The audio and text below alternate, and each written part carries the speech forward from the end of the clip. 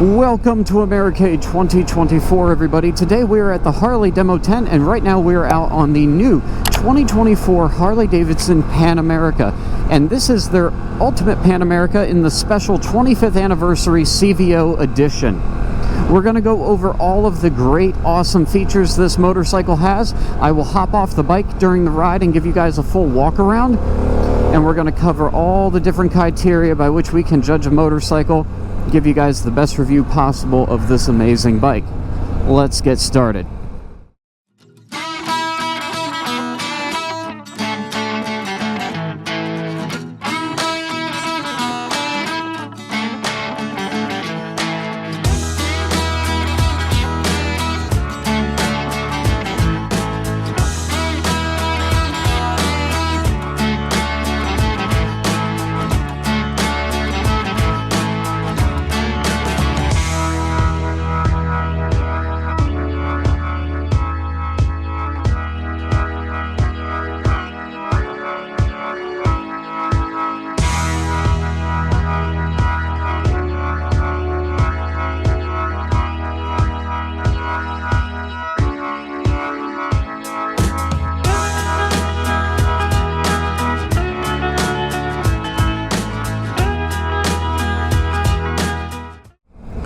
First off, we're going to talk about comfort. If a bike is not comfortable, you don't want to ride it. Pan America is a very comfortable bike, but it's also a very tall bike. However, that is aided by a suspension. So, when you hop on the bike from the beginning, it's very tall. But once you start the bike, the suspension automatically engages, the electronic suspension, and it lowers the bike for you. When you slow down on this bike and come to a stop, like at a stop sign or a red light, it will lower for you to put your feet firmly on the ground. When you start to accelerate, it raises itself back up again. As far as the riding position goes, my arms are very upright. I'm a little bit, just a little bit leaned forward. And I've got mid pegs directly under my knees. My knees are bent slightly back, if anything, in my current position. Probably fairly close to 90, if anything tucked back just a hair beyond 90. So riding position, that's the first part of comfort. We're going to give that a good 8 out of 10. As far as the seat is concerned, you guys know I'm not a fan of stock seats, and it's not a particularly cushy seat on here, but it's very firm and supportive, which for longer rides is what you want. For the seat, I'm actually going to give this a fairly high rating, I think, for a stock seat, because I am not a fan of stock seats. I'm going to say a good 7.5, I'll be generous, 8 out of 10. 8 out of 10 on the stock seat. If you want to have a more custom seat done, that's obviously an option. There's a reason this seat could be a little more comfortable than I'm used to, and that is because it's the 25th anniversary edition CVO. So I know they've done a few things with it. You'll see that when we hop off the bike. Overall, for comfort, for an adventure touring motorcycle, we're giving this sucker a 9.5 out of 10. I'm feeling generous today. It's a very comfortable bike, and I'm surprised compared to like KTMs and the Super Tenaires that I've ridden before for adventure motorcycles. This is the most comfortable one for me. I don't know if that helps you guys or not, but definitely a very comfortable bike. Let's talk about power. We got the RevolutionMax engine in here, 1250cc liquid cooled, and it's an amazing engine. As far as engine braking and slowing down, very smooth engine braking, doesn't grab or throw you, and we are in sport mode, so if it was going to grab in any mode, this would be it. But no, that engine braking, very, very smooth. We'll do it again here. We'll drop from second into first and just try a bit of a hard downshift. Just drop the clutch out, nothing. Nice and smooth, very smooth application of power and good smooth engine braking. There she is, the Harley Davidson Pan America CVO 25th anniversary edition. Look at this gorgeous bike, guys. Custom paint job with the Harley Davidson #1. We've got CVO in different areas around the bike. Of course, the Harley black and orange classic colors. We've got the CVO branding here on the center console for the 25th anniversary edition. Taking a walk around, let's take a look. We've got dual floating Brembo disc brakes up front. Nice radiator that's got a Harley badge on. I don't know if you guys can see in there. It looks clean, it looks sharp. LED lights, running lamps, fog lamps. There's our Harley Davidson 1250 RevolutionMax engine. Such a great looking engine, such a great looking bike. I love the exposed exhaust here. It looks really awesome. Set up as a 2-up from the factory on the CVO edition. You've got a backrest, passenger pegs right here. Lots of mounting options for panniers. You've got a box on the back with backrest. Obviously, some people leave these plastic fenders back here, or you can get a fender eliminator kit. That's just a DOT thing. It has to come with those. We're chain driven, not belt driven on this, if that makes any difference for you guys. But on these type of bikes, you're really looking at chain driven all around. For other options, we've got the special CVO grips. Branded CVO. These are also heated grips. We do not have a heated seat installed.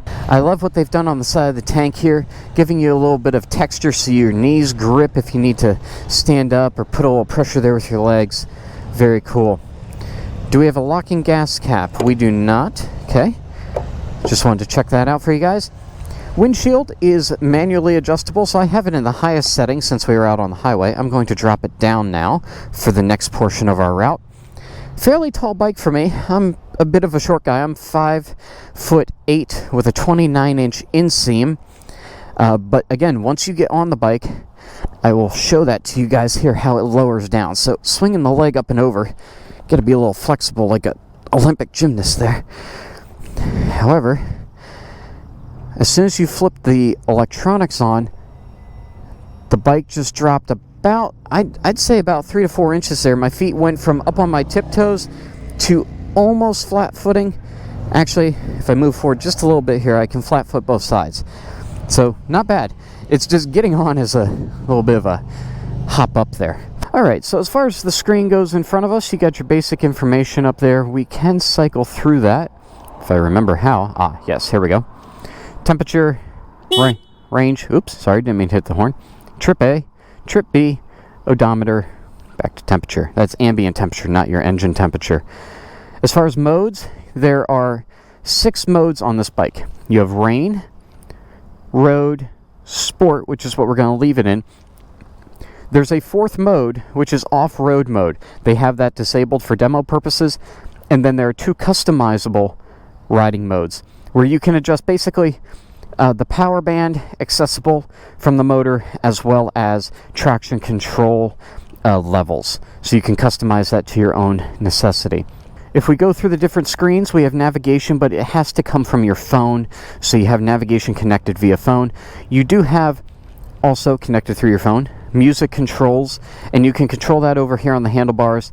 You know, the volume, skip back and forth and stuff, and see what's playing on the screen paired through the headset in your helmet. If we go to the bike, we can get some more information here about the motorcycle. We can do diagnostics. There's lots of information we could tap into with settings.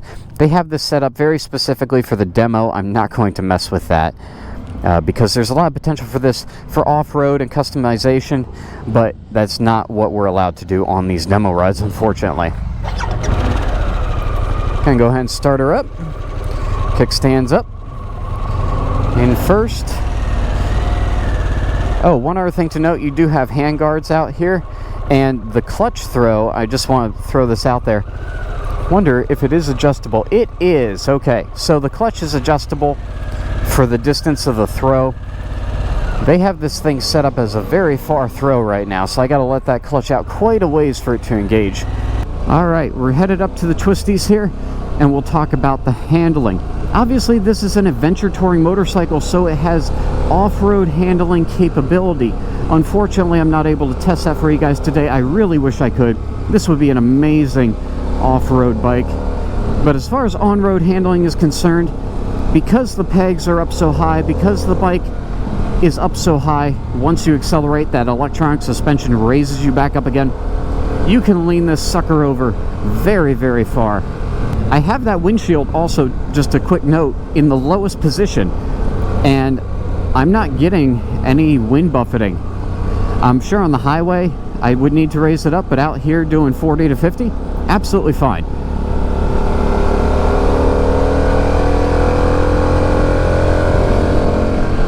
Let's talk about flickability of the bike. Let's say you have a pothole coming up and you need to go from left to center position, center back to right. Adventure touring bikes are made to stand up. If we stand up and move, it feels very light and nimble underneath of me. That's more for off-roading, where you would be standing up to go over obstacles using your knees as a suspension. But if you needed to, this bike is very flickable, very quick, very helpful if you have an obstacle or something that runs out in front of you. Handling, we're going to give a 10 out of 10. That's pretty darn high. That's the highest I can give for an adventure touring bike. Best handling one I've ridden between KTM, Yamaha, and I believe Kawasaki was the other one. The Pan America, awesome adventure touring bike. Let's talk lastly about styling. That's going to be personal preference for everybody. But again, my favorite out of all the adventure touring bikes I've ridden, with the exception of maybe the KTM. I like the look of that, but that's just personal preference. There's nothing really about styling on these bikes that's going to enhance or detract one way or another, I think. You know, if it's just about what you need for your off-road capabilities and what can do the best job at handling that for you. But styling, personal preference, I love the look of the Pan America. I like the big, mean, squared off headlight in the front. It looks super clean, super good. I'm a big fan of what Harley did here on the styling. It's a good, aggressive looking bike to entice the American motorcycle market to get into adventure touring. So that's going to do it for this review, guys. If you have any questions or comments, please let me know down in the comments. I love hearing from you guys. If you have any questions, I will do my best to answer them for you. Anything I can do to help you guys out, that's what my channel's here for. If you guys enjoyed this video or found it useful, please hit that thumbs up button. That helps us crack the YouTube algorithm and get this video out to more people who are interested in learning about these awesome motorcycles. If you're new here and you feel I've earned it, please hit that subscribe button. It's the big red button. Click the bell icon next to it. That'll give you guys notifications when there are new videos to watch here on Motoblade. I've got lots of great videos I filmed here this week at Americade. We've got Indian, Harley, Kawasaki, Honda. So please make sure you click the bell icon so you'll be notified and you don't miss a single test ride demo from Americade. That's going to do it, guys. Until next time, be careful out there. Ride safe. Ride on. I'll catch you on my next video from Americade 2024. Deuces.